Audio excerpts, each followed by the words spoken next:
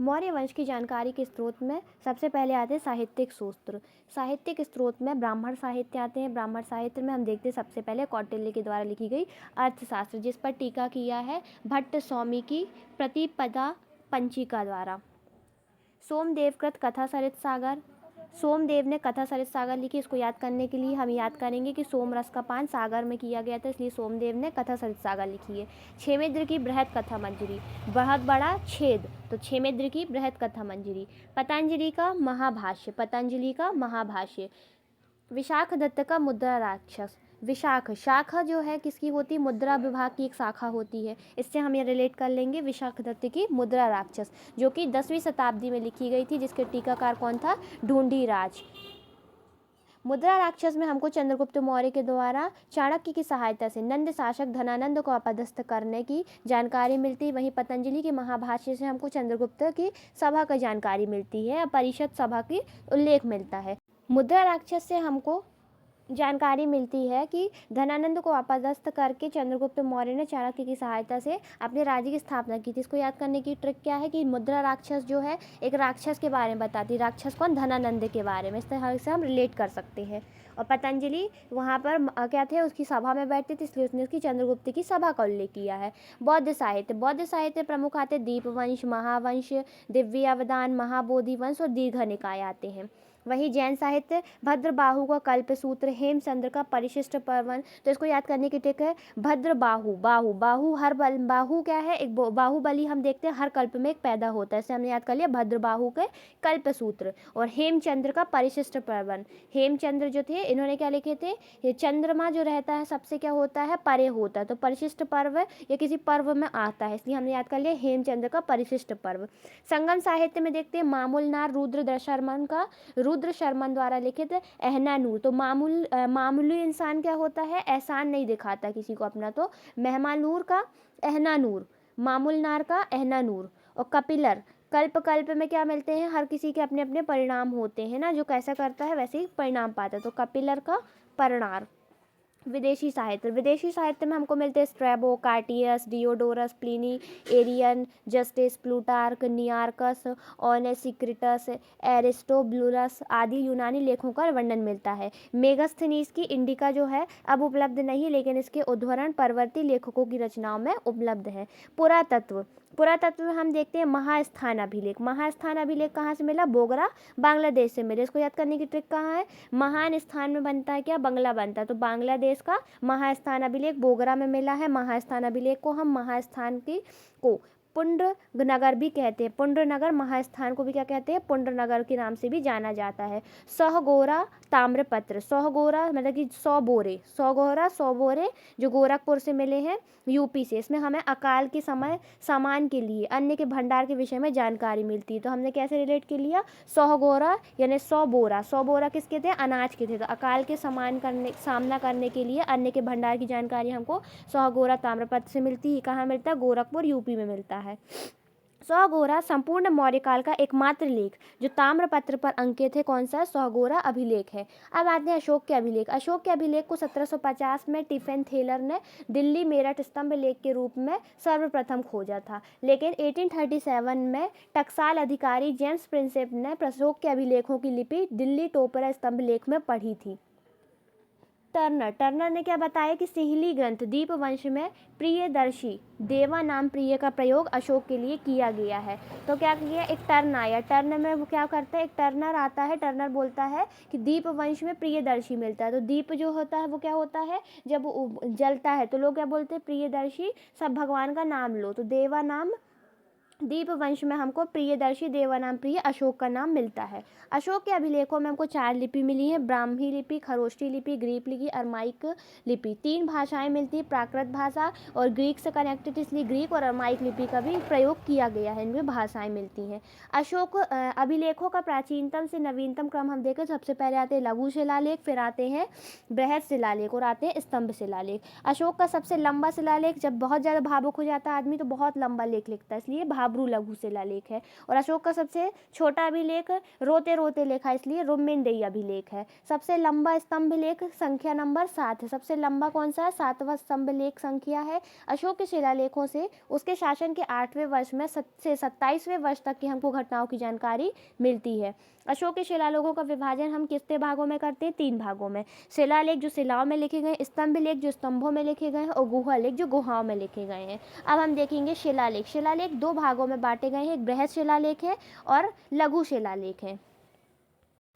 बृहद या प्रमुख शिलालेख। बृहद या प्रमुख शिलालेख हमें 8 स्थान से मिले, जिसमें 14 लेख हैं। 14 विभिन्न लेखों का समूह जो है 8 अलग अलग स्थानों से प्राप्त किया गया है। जिसमें से बृहद शिलालेख देखें तो हमें 8 स्थान कौन कौन से हैं? पाकिस्तान से 2 मिले हैं, एक गुजरात का है, उड़ीसा के हैं 2, उत्तराखंड, महाराष्ट्र और आंध्र प्रदेश से मिले हुए हैं। शहबाजगढ़ी पाकिस्तान का, शहबाजगढ़ी मनसेरहा है, मनसेहरा हजारा में पाया गया है, और शहबाजगढ़ी पेशावर में है। गिरनार गुजरात का है, धौली और जौघड़, धौली पूरी उड़ीसा का है और जौघड़ गंजाम उड़ीसा का। कालसी देहरादून उत्तराखंड से मिला है। धौली और जौघड़ ये दोनों शिलालेख हमको कहाँ से मिलते हैं? उड़ीसा से मिलते हैं। तो उड़ीसा में हुआ था कलिंग युद्ध, इसलिए धौली और जौघड़ के शिलालेखों पर 11, 12, 13 नंबर के शिलालेख के स्थान पर 2 पृथक कलिंग अभिलेख मिलते हैं। प्रथम शिलालेख जो है गिरनार संस्करण, और 13वां शिलालेख जो है शहबाजगढ़ी संस्करण कहलाता है। सबसे सुरक्षित गिरनार शिलालेख है। इसकी ट्रिक क्या है कि सबसे सुरक्षित क्यों? क्योंकि उसको गिरने नहीं दिया गया, इसलिए गिरनार अभिलेख क्या है? सबसे सुरक्षित अभिलेख है। अब आते हैं लघु शिलालेख। लघु शिलालेख हमको 18 स्थान से मिले हैं। बृहद शिलालेख 8 स्थान से मिले हैं और लघु शिलालेख 18 स्थान से मिले हैं। ये 14 शिलालेखों के मुख्य वर्ग के अतिरिक्त हैं तथा लघु शिलालेख को लघु शिलालेख संख्या क्रमांक 1 व लघु शिलालेख संख्या 2 में बांटा गया है। लघु शिलालेख संख्या 1 में अशोक के व्यक्तिगत जीवन की जानकारी मिलती है। पहले नंबर हम क्या देंगे? किसी के व्यक्तिगत जीवन का परिचय देते, इसलिए लघु शिलालेख 1 में हमको व्यक्तिगत जानकारी मिलती है। और लघु शिलालेख संख्या 1 में उल्लेख है कि अशोक के धम्म के कारण जम्मू द्वीप में देवता भी मनुष्यों के साथ रहने लगे थे। लघु शिलालेख संख्या 2 में हमें क्या मिलता है? अशोक के धम्म के बारे में जानकारी मिलती है। तो सबसे पहले व्यक्ति के व्यक्तिगत जीवन की जानकारी और दूसरे नंबर में हमको उसकी धार्मिक मान्यताओं की जानकारी मिलती है। तो लघु शिलालेख संख्या 1 उसके व्यक्तिगत जीवन की जानकारी देती है, जबकि लघु शिलालेख संख्या 2 अशोक के धम्म के बारे में जानकारी देती है। ये लघु शिलालेख हमको कहाँ कहाँ से मिले हैं? सबसे पहले हम देखेंगे मध्य प्रदेश से हमको 4 मिलते हैं। सारो मारो, रूपनाथ, गुर्जर और पनगुड़रिया। इसको याद करने की ट्रिक है मारो रूप गुजर गयो गुड़िया। तो सबसे पहले आता मारो, सारो मारो, फिर रूप से रूपनाथ जबलपुर, गुजर गया तो गुर्जर दतिया, और फिर आता है गुड़िया पनगुड़िया, यानी बुधनी सीहोर से आता है। ये मध्य प्रदेश से 4 मिले हैं। फिर आता है भाबरू बैराट जयपुर से, ये राजस्थान में पाया गया है। भाबरू बैराट जयपुर। अशोक को बौद्ध प्रमाणित करने का साक्ष्य हमको कहाँ से मिलता है? भाबरू बैराट जयपुर से मिलता है। बिहार से मिले हमको सहसाराम बिहार, सहसाराम बिहार का मिला है। एरनगुंडी और राजमुंड्री ये मिले हैं आंध्र प्रदेश से। फिर हम देखते हैं कर्नाटक। कर्नाटक से मिले हैं जटिंगेश्वर, मास्की, ब्रह्मगिरी और सिद्धपुर। तो हम याद करेंगे जटा में माँ के क्या बैठा है? ब्रह्मा बैठे, ब्रह्मा जी जो सिद्ध हो गए, तो क्रम आ गया जटिंगेश्वर, मास्की, रायचूर, ब्रह्मगिरी और सिद्धपुर। अनदर और देखेंगे हम गोवी मठ, पालकी कुंड, नेटूर, उदगोलम और सन्नाती। इनको याद करने की ट्रिक क्या है? GPNUS, GPNUS, गोवी मठ, पालकी कुंड, नेटूर, उदगोला और सन्नाती। पनगुड़रिया। पनगुड़रिया लघु शिलालेख में हमको अशोक को महाराज कुमार कहा गया है। महाराज कुमार कहाँ मिलता है? लिखा हमको पनगुड़रिया लघु शिलालेख में मिलता है। भाबरू के 2 शिलालेख जयपुर के बैराट में बीजक की पहाड़ियों से 1837 ईस्वी में कैप्टन बर्ट द्वारा खोजे गए थे। किसने? कैप्टन बर्ट ने खोजा था। बीजक की पहाड़ियों से बैराट जयपुर में भाबरू शिलालेख की खोज की थी। यह अशोक को बौद्ध प्रमाणित करने का सबसे बड़ा अभिलेखीय साक्ष्य है। इसमें बौद्ध धर्म के त्रिरत्नों बुद्ध, धम्म और संघ में आस्था प्रकट की गई। तो भाबरू अभिलेख जो है वर्तमान में कलकत्ता संग्रहालय में हमको मिलता है। भाबरू के शिलालेख जो है कहाँ से मिले? बैराट में बीजक की पहाड़ियों से। भाबरू भाबरू होके आदमी क्या हो जाता? बैठ जाता। तो बैराट में मिले हैं बीजक की पहाड़ियों से। कैप्टन बर्ट ने इसको क्या किया? बर्ट ने जाके खोजा था, है ना। इसके साक्ष्य मिलते हैं हमको कैसे? बौद्ध प्रमाणित करते हैं अशोक को, और बौद्ध धर्म के त्रिरत्न धम्म, संघ और बुद्ध में आस्था प्रकट करते हैं। भाद्र अभिलेख अभी हमें वर्तमान समय में कलकत्ता संग्रहालय में मिलता है। रूपनाथ लघु शिलालेख में अशोक कहता है कि अभी 2.5 वर्ष बीते हैं जब मैं संकल्पित रूप से एक शाक्य बना हूँ। प्रारंभ में मैं समर्पित नहीं था, किंतु पिछले 1 वर्ष में मैं संघ की काफ़ी नज़दीक आ रहा हूँ। अशोक का सबसे दक्षिणी अभिलेख जो है एरनगुंडी लघु शिलालेख है। अशोक के एरनगुंडी लघु शिलालेख में कर्गिक नामक अधिकारी का उल्लेख मिलता है, जो लेखाधिकारी था। कर्गिक के एरनगुंडी अभिलेख में इसकी जानकारी मिलती है। सबसे दक्षिणी स्तंभ लेख अमरावती बृहद शिलालेख है। अमरावती जो है बृहद अब शिलालेख जीर्ण शीर्ण अवस्था में हमको मिला है।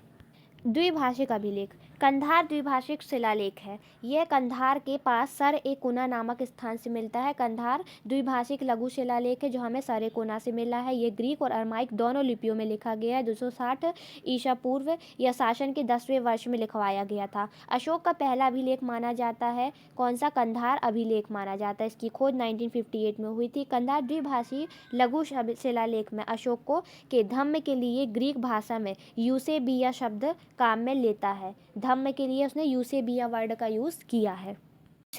यूसेबिया शब्द का अर्थ होता है पवित्र। कंधार ग्रीक शिलालेख यह कंधार द्विभाषीय लघु शिलालेख से 1.5 किलोमीटर दक्षिण में 1963 ईस्वी में मिलता है। यह 45 को मल्टीप्लाई 69 सही 1/2 सेंटीमीटर के पाषाण खंड पर है। इसमें 12वें बृहद शिलालेख का अंतिम भाग और 13वें शिलालेख का प्रारंभिक भाग मिलता है। 13वें बृहद शिलालेख के भाग में अशोक द्वारा कलिंग युद्ध के पश्चाताप का ग्रीक भाषा में उल्लेख है। कंधार ग्रीक शिलालेख को जर्मन डॉक्टर सेरिंग द्वारा कंधार के बाजार से खरीदा गया था। इसके बाद यह कंधार म्यूजियम में रखा गया, लेकिन 1992 से 1994 ईस्वी में कंधार म्यूजियम की लूट के बाद इसका कोई पता नहीं है। अब हम नेक्स्ट वीडियो में स्तंभ लेख के बारे में जानकारी लेंगे। Like, share and subscribe.